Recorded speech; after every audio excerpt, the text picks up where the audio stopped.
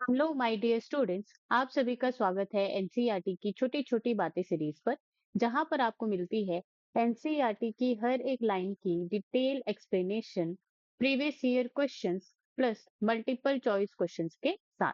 जी हाँ, अगर आप क्लास 11th में हैं, क्लास 12th में हैं या आप एक ड्रॉपर स्टूडेंट हैं जो नीट एग्जाम की प्रिपरेशन कर रहे हैं, तो आप बिल्कुल सही जगह पर आए हैं। जी हाँ, मैं हूँ सरला साहू और आप देख रहे हैं गेट साइंस सरला यूट्यूब चैनल।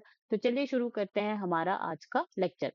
आज हम पढ़ने जा रहे हैं class 11 biology chapter 13 plant growth and development, और आज का हमारा टॉपिक होने वाला है प्लांट ग्रोथ रेगुलेटर्स। ठीक है, तो यहाँ पे आज हम इंट्रोडक्शन पार्ट को हम यहाँ पे क्या करेंगे, कंप्लीट करेंगे। ठीक है, चलो। तो लेक्चर शुरू करने से पहले ध्यान देने वाली बातें, आपके पास आपकी एनसीईआरटी होनी चाहिए, पेन एंड कॉपी होना चाहिए ताकि आप इंपॉर्टेंट पॉइंट्स को हाईलाइट कर सके, मार्क कर सके। सेकंड, अगर आपको वीडियो स्लो लग रही होगी तो आप इसको 1.25x स्पीड में इंक्रीज करके देख सकते हैं। चलो स्टार्ट करते हैं। Plant growth regulators characteristics. The plant growth regulators are small, simple molecules of diverse chemical composition. तो ये जो प्लांट ग्रोथ रेगुलेटर्स है, जिसको हम पीजीआर भी कह रहे हैं, ये कैसे होते हैं, स्मॉल होते हैं और बहुत ही सिंपल मॉलिक्यूल होते हैं, लेकिन इनका जो केमिकल कंपोजिशन है वो डिफरेंट डिफरेंट आपको देखने को मिलेगा। जैसे कि यहाँ पे आपको जो है इस टेबल में टाइप ऑफ पीजीआर, तो हम यहाँ पे पांच तरह के, ठीक है, 5 टाइप्स ऑफ पीजीआर पढ़ेंगे। पहला है यहाँ पे ऑक्सीन, सेकेंड है साइटोकाइनिन, थर्ड है एब्सिसिक एसिड जिसको हम ए भी बोलते हैं, ठीक है, जिब्रेलिन जिसको और आप बोल सकते हो gibberellic acid, this is the fourth one, and fifth यहाँ पे क्या है, इथाइलिन। ओके, तो ये जो है पांच प्लांट ग्रोथ रेगुलेटर्स के बारे में, प्लांट हार्मोन्स के बारे में हम यहाँ पे इस चैप्टर में डिटेल से पढ़ने वाले हैं। अब इनका जो है, अगर आप केमिकल नाम देखें या तो फिर आप बोल सकते हैं केमिकल कंपोजिशन देखें, तो देखो ये जो ऑक्सीन है, इसका जो केमिकल नाम है या फिर एग्जाम्पल आप बोल सकते हैं इस एंडोल 3 एसिटिक एसिड, इसका जो है शॉर्ट फॉर्म में इसको हम IAA भी बोलते हैं। ठीक है, साइटोकाइनिन का यहाँ पे N6 परफ्यूरला अमीनो प्यूरिन जिसको हम काइनेटीन भी कहते हैं। एब्सिसिक एसिड का यहाँ पे क्या हो जाएगा, एब्सिसिक एसिड। जिब्रेलिन की बात करें तो जिब्रेलिक एसिड जिसको हम GA3 से डिनोट करते हैं। और इथाइलिन को जो है यहाँ पे C2H4, इसका जो है केमिकल कंपोजिशन, केमिकल फॉर्मूला जो है होता है। ठीक है, केमिकल नेचर या फिर डेरिवेटिव टाइप की अगर हम बात करें कि ये जो ऑक्सीन है वो किस तरह के केमिकल कंपाउंड से डिराइव हुआ है, ठीक है, किस तरह के केमिकल कंपाउंड से बना हुआ है, तो यहाँ पे ऑक्सीन में कौन आता है, इंडोल कंपाउंड। साइटोकाइनिन में आपका जो है एडेनिन डेरिवेटिव्स, जैसे कि हम बायोमोलिक्यूल में हमने पढ़ा था क्या, एडेनिन ग्वानिन, ये सारी चीजें पढ़ी थी ना। तो ये जो साइटोकाइनिन है ये एडेनिन डेरिवेटिव्स होते हैं। एब्सिसिक एसिड जो है कैरोटीनॉइड डेरिवेटिव्स होते हैं, जिब्रेलिन टर्पीन। और ये जो इथाइलिन होता है ये क्या होता है, गैसियस होता है। ठीक है, ये एक गैस होता है। Now they could be indole compounds like indole 3 acetic acid, ठीक है, ऑक्सीन के बारे में बात हो रही है। एडेनिन डेरिवेटिव्स N6 परफ्यूरला अमीनो प्यूरिन काइनेटीन, तो यहाँ पे साइटोकाइनिन की बात हो रही है। Derivatives of carotenoids abscisic acid and ABA, तो यहाँ पे एब्सिसिक एसिड का यहाँ पे आपका जो है बात हो रहा है। टर्पीन्स जिब्रेलिक एसिड GA3, और गैसेस में यहाँ पे क्या है, इथाइलिन। तो यहाँ पे ये जो C2H4 जो है इसको क्या बोला जाता है, इथाइलिन कंपाउंड बोला जाता है केमिस्ट्री में। Okay, plant growth regulators are variously described as plant growth substances, plant hormones और phytohormones in literature। तो यहाँ पे ये जो plant growth regulators है उसको जो है plant growth substances भी बोला जाता है, plant hormone, और यहाँ पे इसको phytohormones भी बोला जाता है। क्या बोला जाता है, phytohormones। ठीक है, चलो आगे बढ़ सॉरी आगे बढ़ते हैं। The PGRs can be broadly divided into two groups based on their functions in a living plant body। तो यहाँ पे जो है प्लांट ग्रोथ रेगुलेटर्स को आप जो है दो भागों में डिवाइड कर सकते हैं, दो ग्रुप्स में डिवाइड कर सकते हैं।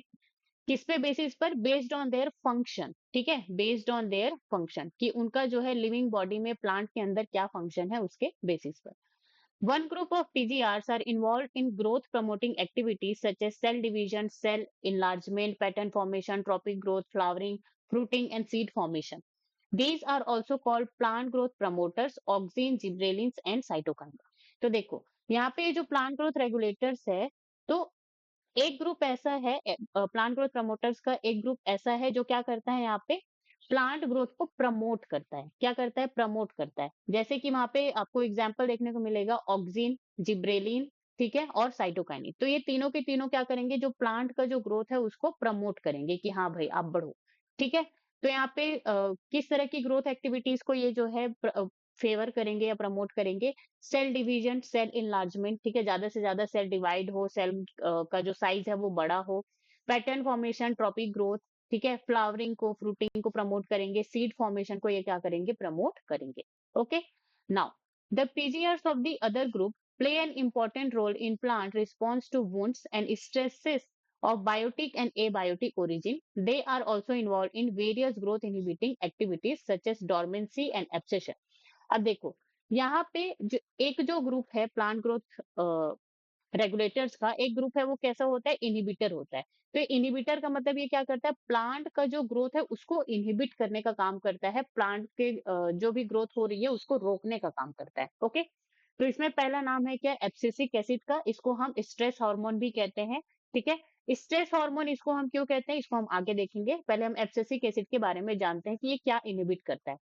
ग्रोथ इनहिबिटिंग एक्टिविटीज, तो यहाँ पे जैसे कि डोरमेंसी और एब्सेशन। अब डोरमेंसी और एब्सेशन क्या होता है, डोरमेंसी का मतलब यहाँ पे होता है क्या, temporary suspension of growth and metabolism. तो यहाँ पे जो है जैसे कि सीड, ठीक है, क्या है सीड, तो सीड को अगर वहां पे फेवरेबल कंडीशन नहीं मिलता है तो वो वहां पे क्या जर्मिनेट नहीं होता है। ठीक है, इसका मतलब सीड यहाँ पे कौन से स्टेज में चला जाता है, डोरमेंट स्टेज में वो क्या क्या होता है, चला जाता है। क्यों, क्योंकि वहां पे टेम्परेली उसका जो मेटाबॉलिज्म एंड ग्रोथ है उसको सस्पेंड किया जाता है। ठीक है, so that is the dormancy. अब यहाँ पे एक वर्ड आता है एब्सेशन। ये जो है dormancy and abscission word bar bar use किए जाएंगे जब हम ये जो प्लांट ग्रोथ रेगुलेटर्स के जब हम कैरेक्टरिस्टिक्स पढ़ेंगे तब। ठीक है, तो एब्सेशन का मतलब क्या होता है, शेडिंग ऑफ लीफ, फ्लावर्स और फ्रूट्स। तो कहीं पे आप देखते हो कि लीफ जो है गिर रही होती है, ठीक है, पेड़ से, फ्लावर जो है फॉल ऑफ होते हैं, फ्रूट्स जो है फॉल ऑफ होते हैं, तो ये सबको क्या बोला जाता है, एब्सेशन बोला जाता है। ठीक है, शेडिंग ऑफ लीव्स, फ्लावर्स और फ्रूट्स। तो यहाँ पे ये जो एब्सिसिक एसिड है वो डोरमेंसी को क्या करता है, प्रमोट करता है, और यहाँ पे जो है डोरमेंसी एंड एब्सेशन को क्या करता है, ये प्रमोट करता है, कौन, एब्सिसिक एसिड। अब ये जो एब्सिसिक एसिड है इसको स्ट्रेस हार्मोन भी कहा जाता है। क्यों, क्योंकि it help plants respond to wounds and both biotic and abiotic stress. ये जो एब्सिसिक एसिड है अगर वहां पे बायोटिक या एबायोटिक स्ट्रेस हो रहा है तो वहां पे प्लांट को क्या करता है, वहां पे उसको सपोर्ट करता है, ठीक है, वहां पे सर्वाइव करने के लिए। तो इसीलिए एब्सिसिक एसिड को स्ट्रेस हार्मोन बोला जाता है। Okay, now the PGR abscisic acid belong to this group, which group, plant growth inhibitors. The gaseous PGR ethylene could fit either of groups, but it is largely an inhibitor of growth activities. अब यहाँ पे जो है हम another जो PGR है, ठीक है, विच इज गैसियस पीजीआर, जो कि क्या है, इथाइलिन, इथाइलिन की बात करते हैं। ये अकेला ऐसा पीजीआर है जो कि कैसा होता है, गैसियस होता है। ओके, गैस फॉर्म में होता है। तो यहाँ पे ये जो इथाइलिन है जब हम इसका कैरेक्टरिस्टिक पढ़ेंगे तो आप देखेंगे कि ये प्लांट ग्रोथ प्रमोटर की तरह भी काम करता है और प्लांट ग्रोथ इनहिबिटर की तरह भी ये काम करता है। तो ये जो इथाइलिन है वो दोनों ग्रुप में फिट बैठता है, किसमें, plant growth promoters and plant growth inhibitors. लेकिन अगर हम बात करें कि ये किसको ज्यादा फेवर करता है तो ये प्लांट ग्रोथ इनहिबिटर की तरह ये जो है ज्यादा काम करता है, लार्जली एन इनहिबिटर। ठीक है, तो इथाइलिन के बारे में अगर स्टेटमेंट आए कि ethylene is a plant growth promoter और प्लांट ग्रोथ इनहिबिटर, तो इथाइलिन इज द बोथ। ठीक है, वो दोनों ही कैटेगरी में फिट बैठता है, लेकिन लार्जली ये क्या होता है, इनहिबिटर होता है। यहाँ तक बात समझ में आई। चलो आगे बढ़ते हैं। The discovery of plant growth regulators, ठीक है, तो अब हम यहाँ पे क्या पढ़ेंगे, ये जो प्लांट ग्रोथ रेगुलेटर्स है उनकी हम डिस्कवरी के बारे में हम यहाँ पे पढ़ेंगे। तो यहाँ पे ये जो है बॉक्स में यहाँ पे एक छोटा सा स्टेटमेंट लिखा हुआ है, डिस्कवरी ऑफ 5 पीजीआर्स एक्सीडेंटल। ठीक है, तो ये जो 5 पीजीआर्स हैं, प्लांट ग्रोथ रेगुलेटर्स है, तो इनकी जो डिस्कवरी है वो कैसी हुई है, एक्सीडेंटल हुई है। एक्सीडेंटल का मतलब जो साइंटिस्ट थे जिन्होंने ये सब खोजा है वो कर रहे थे कुछ और काम, लेकिन इनको मिल गया ये जो प्लांट ग्रोथ रेगुलेटर्स है वो सारी चीजें। ठीक है, now interestingly the discovery of each of the 5 major groups of plant growth regulators have been accidental. ठीक है, जो साइंटिस्ट है वो उसको खोज नहीं रहे थे, लेकिन वो क्या हो गया, वहां पे उनको मिल गया। All this started with the observation of Charles Darwin and his son Francis Darwin. When they observed that they that the coleoptile of canary grass responded to unilateral illumination by growing towards the light source, that is phototropism. ठीक है, तो plant जो है अ, जो सन होता है, ठीक है, जहां से लाइट आ रही होती है उसी की तरह, उसी के टुवर्ड्स वो क्या करता है, ग्रोथ करता है, तो उसको हम क्या कहते हैं, फोटोट्रोपिज्म कहते हैं। ठीक है, दैट इज वन वर्ड। अब देखो, यहाँ पे सबसे पहले जो है आपका जो है ऑक्सीन का डिस्कवरी हुआ था। It is the first PGR जिसका यहाँ पे डिस्कवरी हुआ था। ठीक है, तो यहाँ पे सबसे पहले आते हैं कौन पिक्चर में, चार्ल्स डार्विन और उनके जो सन थे फ्रांसिस डार्विन। ठीक है, observe that coleoptile of canary grass, किसका, कैनरी ग्रास का ये जो कोल्यूप्टाइल होता है bent towards light, that is phototropism. तो इन्होंने ये देखा, उन्होंने बहुत सारा सीरीज ऑफ एक्सपेरिमेंट इन्होंने क्या किया, ट्राई किया, और इन्होंने देखा कि ये जो कैनरी ग्रास का जो कोल्यूप्टाइल है, जो टिप है, वो बेंड हो रहा है किसकी तरफ, towards the light, that is phototropism. Okay, now, after series of experiments, it was concluded that the tip of colluctile was the site of transmittable influence that caused the bending of the entire colluctile. तो यहाँ पे इन्होंने ये चीज इन्होंने observe की, फिर उसके बाद बहुत सारा सीरीज ऑफ एक्सपेरिमेंट के बाद इन्होंने कंक्लूजन ये निकाला कि जो टिप ऑफ द कॉल्यूप्टाइल है, ठीक है, जैसे कि आप इस फिगर 13.10 में देख सकते हैं, ये जो टिप है, ये जो टिप ऑफ द कॉल्यूप्टाइल है, ये क्या करता है, रिलीजेस अ ट्रांसमिटेबल सब्सटेंस। ये जो है ऐसा कुछ सब्सटेंस को क्या करता है, रिलीज करता है, जो कि एक जगह से दूसरे जगह ट्रांसमिट हो सकता है, and that is responsible for the bending. और यही जो है क्या करता है, यहाँ पे बेंडिंग के लिए क्या होता है, रिस्पॉन्सिबल होता है। यहाँ तक बात समझ में आई? चलो, now auxin was isolated by F.W. Wendt from tips of colluctile of oat seedling। तो यहाँ पे बाद में फिर यहाँ पे जो F.W. Wendt, ठीक है, ये साइंटिस्ट हैं, इन्होंने आइसोलेट किया इस सब्सटेंस को, और उसका नाम इन्होंने दिया क्या, auxin, from tip of the oat coleoptile. ठीक है, तो यहाँ पे दो अलग अलग प्लांट है, Charles Darwin and Francis Darwin ने यहाँ पे कोल्यूप्टाइल ऑफ कैनरी ग्रास पे काम किया था, और यहाँ पे F.W. वेंट ने आइसोलेट किया इस ट्रांसपोर्टेबल सब्सटेंस को, विच इज ऑक्सिन, कहां से, ओट कोल्यूप्टाइल से। Okay, so that is important. तो ये जो है फिगर 13.10 आपको दिया गया है, A B C D. Experiments used to demonstrate that tip of the colluctile is the source of the auxin, arrow indicates the direction of light।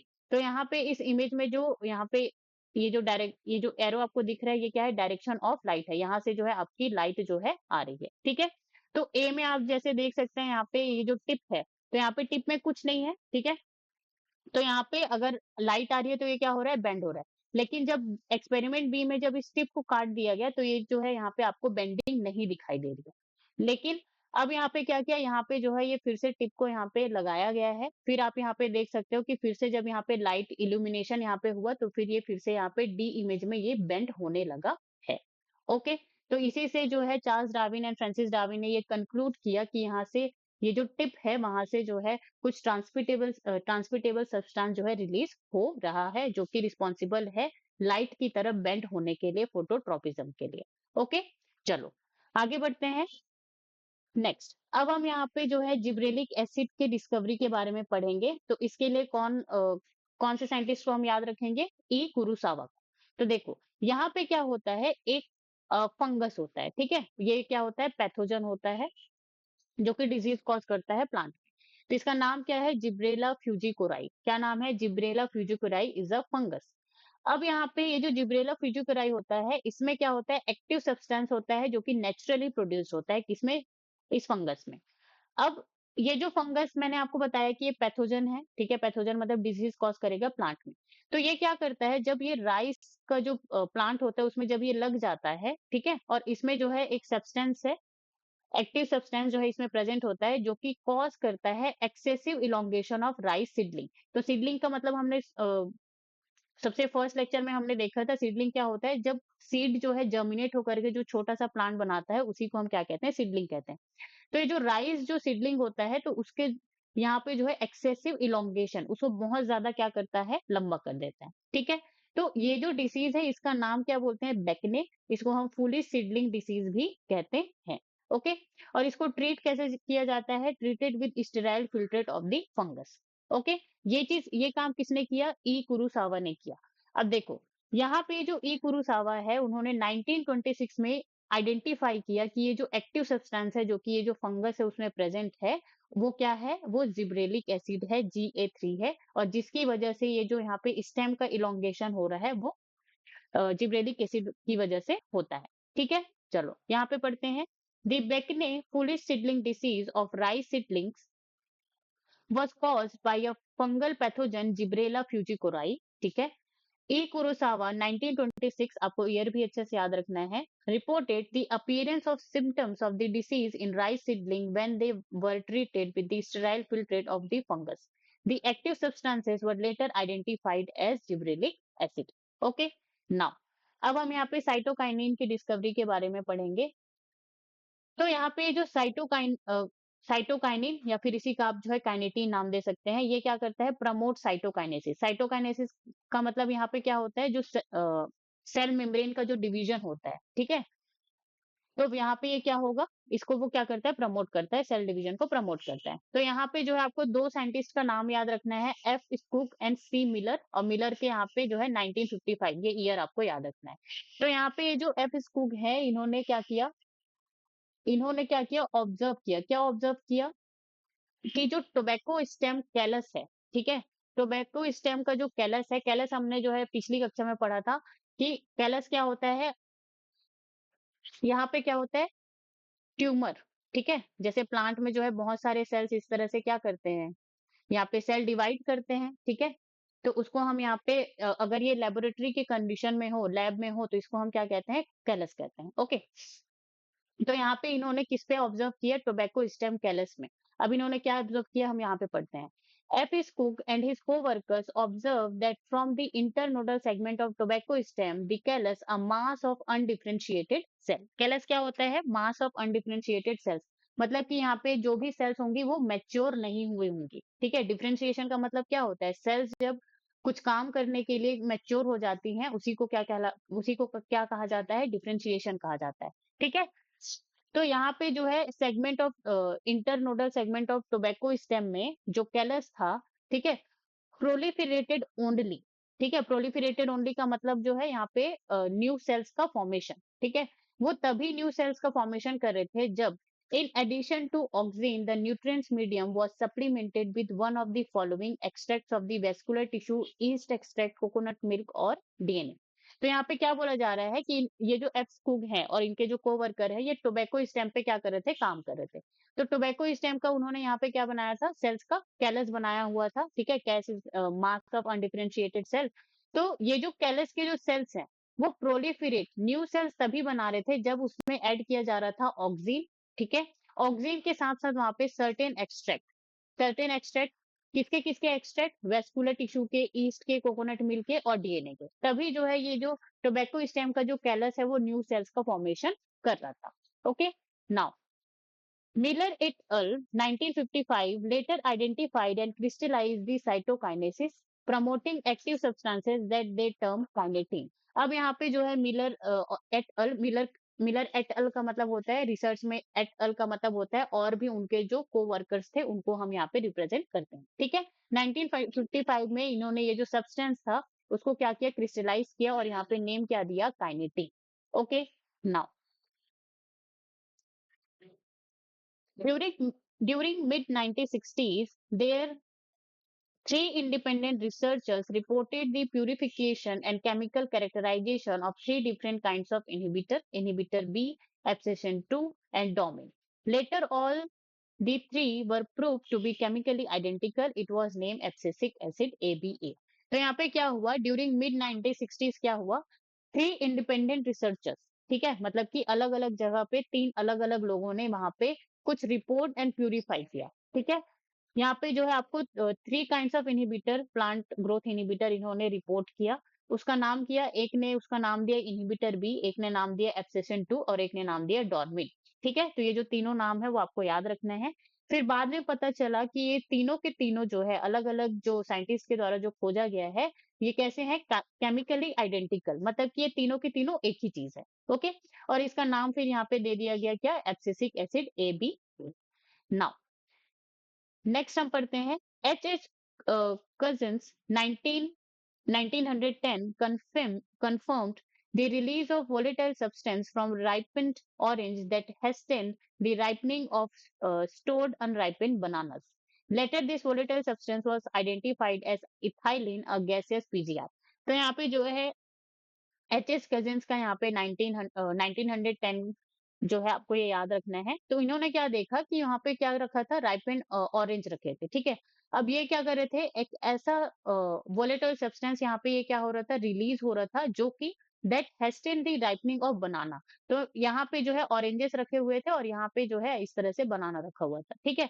उन्होंने observe किया कि यहाँ से जो है कुछ केमिकल जो है यहाँ से निकल रहा है, जो कि ये जो अनराइप बनाना है, ठीक है, जो कि नहीं पका हुआ है, उसकी जो राइपनिंग की जो प्रोसेस है, पकने की जो प्रोसेस है, उसको हेस्टेन मतलब कि बहुत तेज कर दे, ठीक है। बहुत ही फास्ट वहां पे बनाना जो है राइपन होने लगा, ठीक है। अगर आप अगर आप बनाना को सिर्फ अकेले रख दोगे, तब उसका जो राइप होने का, पकने का जो टाइम है वो ज्यादा रहेगा, ठीक है। लेकिन अगर आप किसी पके हुए फ्रूट्स के साथ उसको रखोगे, तो वो जो है वहां पे जल्दी पकेगा। ओके। तो उन्होंने फिर ये कंक्लूड किया कि ये जो वोलेटाइल सब्सटेंस है वो क्या है, इथाइलिन है, अ गैसियस पीजीआर, अ गैसियस प्लांट ग्रोथ रेगुलेटर या फाइटो हार्मोन या प्लांट हार्मोन, ठीक है। तो ये हो गई सबकी जितने भी प्लांट ग्रोथ रेगुलेटर्स है उनकी डिस्कवरी की कहानी। ओके। अब यहाँ पे जो है आपको ये टेबल मिल रहा है, जहाँ पे आपका प्लांट ग्रोथ रेगुलेटर्स के नाम लिखे गए हैं। यहाँ पे scientist and who discovered it, ठीक है। तो ऑक्सिन को अगर आप देखें तो Charles Darwin and Francis Darwin in 1880। Okay. And F W went ने ये जो ऑक्सिन है उसको आइसोलेट किया था, ठीक है। ये आपको याद रखना है। यहाँ पे की ऑब्जर्वेशन एंड सोर्स जो है यहाँ पे लिखा हुआ है। जिब्रेलिक एसिड की बात करें तो ई कुरुसावा 1926, ये आपको याद रखना है। बेकनी डिसीज आपको याद रखना है, किसमें, राइस सीडलिंग में। और किसके द्वारा हो रहा था ये, Gibberella fujikuroi which is a fungus. Okay. Now cytokinin और काइनेटिन की अगर हम बात करें तो यहाँ पे F Skoog and C Miller दोनों का नाम आएगा 1955 में, ठीक है। Callus of tobacco stem required additional factor for cell division. Abscisic acid की बात करें तो यहाँ पे जो है 19 ड्यूरिंग मिड 1960s के बारे में के टाइम पर ये था। यहाँ पे inhibitor B abscission two dormin, ये सारे के सारे जो है identified as same compound which is abscisic acid, ये आपको याद रखना है। इथाइलिन, इसका जो है आपको ये क्या क्या याद रखना है यहाँ पे इथाइलिन में, देखो यहाँ पे एक तो साइंटिस्ट का नाम रखना है, प्लस इथाइलिन में आपको याद रखना है कि ये जो है गैसियस जो है प्लांट ग्रोथ रेगुलेटर है, और इसका जो फॉर्मूला होता है वो C2H4 होता है। ओके। अगर आप इसको देखेंगे तो CH2 डबल बॉन्ड CH2, इस तरह से इसका जो है आपको फॉर्मूला देखने को मिलेगा। ओके, यहाँ तक बात समझ में आई। तो ये जो प्लांट ग्रोथ रेगुलेटर्स है, साइंटिस्ट है, और उनके जो की ऑब्जर्वेशन है, इसको ये जो है आपको जरूर जरूर याद होने चाहिए। That is very very important. Match the column में इस तरह के क्वेश्चन पूछे जाते हैं। ओके। अब नेक्स्ट लेक्चर में हम लोग जो है पूरे जो प्लांट ग्रोथ प्रमोटर्स है उनको कंप्लीट करेंगे, फिर प्लांट ग्रोथ इनहिबिटर्स को कंप्लीट करेंगे। ओके। चलो, so thank you so much guys for the watching. अगर आपको वीडियो अच्छी लगी हो तो like, comment, share and subscribe the channel. Stay tune on get science अल्लाह यूट्यूब चैनल।